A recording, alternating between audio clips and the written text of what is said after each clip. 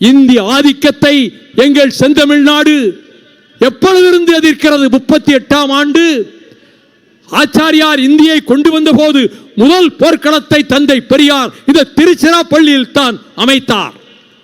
சிவலிங்கம், சின்னசாமி, அரங்கநாதன், ஆசிரியர் வீரப்பன், பிராலிமலை சண்முகம், சத்தியமங்கலம் முத்து, கீரனூர் முத்து, பாயவரம் தண்டபாணி, சாரங்கபாணி, பீளமேடு தண்டபாணி என அனைவரும் தீக்குளித்து தங்களை கருக்கிக் கொண்டு மடிய எல்லையை காக்க வேண்டிய இந்திய ராணுவம் தமிழ்நாட்டின் எல்லைகளுக்குள்ளே நுழைந்து வீர மார்புகளின் காட்டி நின்ற வாலிபர்களை எந்திர துப்பாக்கிகளால் சுட்டுக் கொன்று விழுந்த பிரேதங்களின் எண்ணிக்கை தெரியக்கூடாது என்பதற்காக கொங்கு மண்டலத்தின் மதுக்கரை காடுகளில் பெரும் பள்ளம் தோண்டி அந்த பிணங்களை எல்லாம் அதிலே போட்டு பெட்ரோலை ஊற்றி கொளுத்தினார்களே.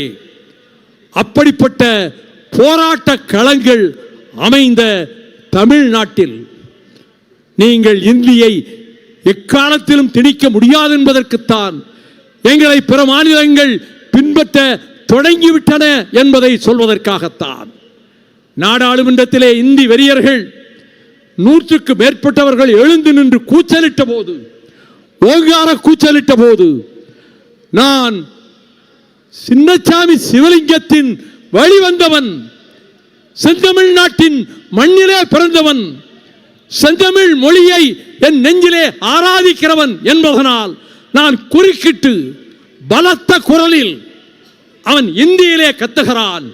நான் உரத்த குரலில் சொன்னேன், எப்பக்கம் வந்து புகுந்து விடும் இந்தி எத்தனை பட்டாளம் கூட்டி வரும், அற்பம் என்போம் அந்த இந்திதனை கண்ணம் கிளிபட நேரும், வந்த கட்டாய இந்தியை வெட்டி புதைப்போம் என்று முழக்கமிடுகின்ற அந்த வாய்ப்பும் கிடைத்தது.